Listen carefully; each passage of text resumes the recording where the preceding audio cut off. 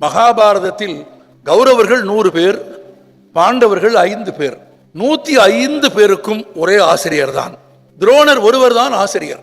மாணவர்கள் 105 பேர். 105 பேருக்கும் அவர் ஒருவர் தான் வில்வித்தை கற்றுக் கொடுக்கிறார். ஆனால் ஆச்சரியம் பாருங்கள், 105 மாணவர்கள் அவருடைய வில்வித்தை படித்தாலும் கூட வில்வித்தையில் சிறந்தவன் யார்? அர்ஜுனன் தான். இப்போ ஒரு கேள்வி பிறக்கிறது. ஒரு ஆசிரியர் பாடம் நடத்துகிற போது எல்லோருக்கும் சமமாகத்தானே பாடம் நடத்துவார், எல்லாரையும் சமமாகத்தானே நடத்துகிறார். எல்லோருக்கும் ஒன்று போல் அவர் சொல்லிக் கொடுத்தாலும் யாரும் பெறாத புகழையும் வெற்றியையும் அர்ஜுனன் மட்டும் ஏன் பெற்றான் என்பதற்கு மகாபாரதத்திலேயே ஒரு விடை இருக்கிறது. ஒரு சிறிய குட்டிக்கதை அதற்கான விடையை சொல்லிவிட்டு போகிறது. மகாபாரதத்தை விரிவாக படிக்கிற போது அந்த குட்டிக்கதையும் சேர்த்து படிப்போம். அது என்ன கதை? ஒரு நாள் 105 பேரையும் அழைத்துக் கொண்டு துரோணர் ஒரு காட்டுக்கு போனார். ஏற்கனவே வில்வித்தை எல்லோருக்கும் கற்றுக் கொடுத்திருந்தார்.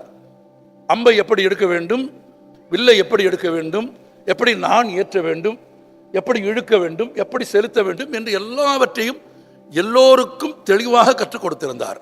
இப்போ தேர்வு போல ஒரு நாள் 105 பேரையும் அழைத்துக் கொண்டு பக்கத்திலே இருந்த ஒரு காட்டுக்கு போனார். அந்த காட்டில் ஒரு திறந்த இடத்தில் நடுவில் இருந்த ஒரு மரத்தில் தாழ்ந்த கிளை ஒன்றில் ஒரு பறவையின் பொம்மையை கட்டினார். கட்டிவிட்டு ஒரு தூரத்தில் வந்து நின்று கொண்டார்.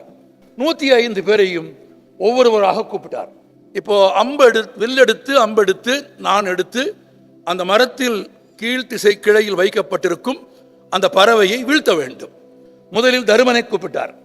ரொம்ப முக்கியம், மரத்தின் கீழான கிளையில் பறவை கட்டப்பட்டிருக்கிறது என்றால் மரம் இருப்பதாவது தெரிய வேண்டும் இல்லையா? துரோணர் கேட்டார், தர்மனே மரம் தெரிகிறதா? தெரிகிறது. அதன் கிளைகள் தெரிகிறது. தாழ்ந்த கிளையில் ஒரு பறவை பொம்மை கட்டி இருக்கிறேன், தெரிகிறதா? தெரிகிறது. அடி. தருமன் அம்பை செலுத்தினான். அம்பு பறவையின் மீது படவில்லை, பக்கத்தில் போய் கீழே விழுந்து விட்டது. துரியோதனனை கூப்பிட்டார், துச்சாதனனை கூப்பிட்டார், விராதனை கூப்பிட்டார், பீமனை கூப்பிட்டார், நகுலனை, சகாதேவனை, 105 பேரையும் ஒவ்வொருவராக கூப்பிட்டார். ஒவ்வொருவரிடத்திலும் வரிசையாக இந்த கேள்விகளை கேட்டார். எல்லோரும் மரம் தெரிகிறது, கிளை தெரிகிறது, பொம்மை தெரிகிறது என்று சொன்னார்கள். அம்பு எய்தார்கள். ஆனால் அம்பு தொலைவில் இருந்த அந்த மரத்தில் இருந்த பறவை பொம்மையை வீழ்த்தவில்லை. அர்ஜுனன் வந்தான். நீங்களே சொன்னீர்கள், 105 பேரில் ரொம்ப கெட்டிக்காரன் யார்? அர்ஜுனன். அர்ஜுனன் வந்து அர்ஜுனனை நிறுத்திவிட்டு துரோணர் கேட்டார், அர்ஜுனா மரம் தெரிகிறதா என்று கேட்டார். அர்ஜுனன் இல்லை என்றான். மரமே தெரியவில்லையா உனக்கு என்று கேட்டார். தெரியவில்லை என்றான். அதன் கிளைகள் தெரியவில்லை, அதன் பூக்கள் தெரியவில்லை, அதன் தாழ்ந்த கிளையில் நான் கட்டியிருக்கும் பறவை பொம்மை தெரிகிறதா? தெரிகிறது. வேறு என்ன தெரிகிறது? துரோணர் வியப்போடு கேட்டார்.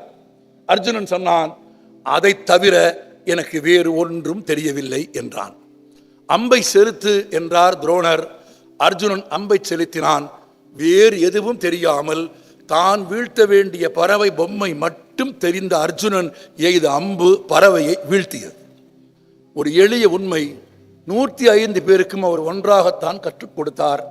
ஆனால் எதை அடைய வேண்டுமோ, எந்த இடத்திற்கு போய் சேர வேண்டுமோ, எந்த இலக்கை வீழ்த்த வேண்டுமோ, அதை தவிர வேறு எதையும் பார்க்காமல் தன் கவனம் முழுவதையும் ஒரே இடத்தில் குவித்ததால் அர்ஜுனன் வென்றான்.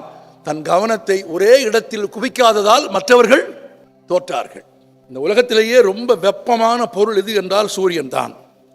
ஆனால் சூரியனுக்கு நேராக அப்படி ஒரு காகிதத்தை பிடித்தால் அது எரியுமா? எரியாது. எவ்வளவு வெப்பமுடையதாக இருந்தாலும் சூரியனால் ஒரு காகிதத்தை எரிக்க முடியாது. ஆனால் சூரியனுக்கும் காகிதத்திற்கும் நடுவில் ஒரு குவி லென்ஸை பிடித்தால் குவி லென்ஸ் வழியாக உள்ளே நுழைகிற சூரியனின் கதிர்கள் ஒரு இடத்தில் குவிந்தால் காகிதம் என்ன ஆகும்? எரிந்துவிடும். வெப்பம் சிதறினால் சூரியனால் கூட காகிதத்தை எரிக்க முடியாது. ஆனால் கவனத்தை ஒரு இடத்தில் குவித்தால், இதுதான் நமது இலக்கு என்று தீர்மானித்துக் கொண்டால் சூரியனாலும் ஒரு காகிதத்தை எரிக்க முடியும். அர்ஜுனனை போல் வில்வித்தையில் தேர்ச்சி பெற முடியும்.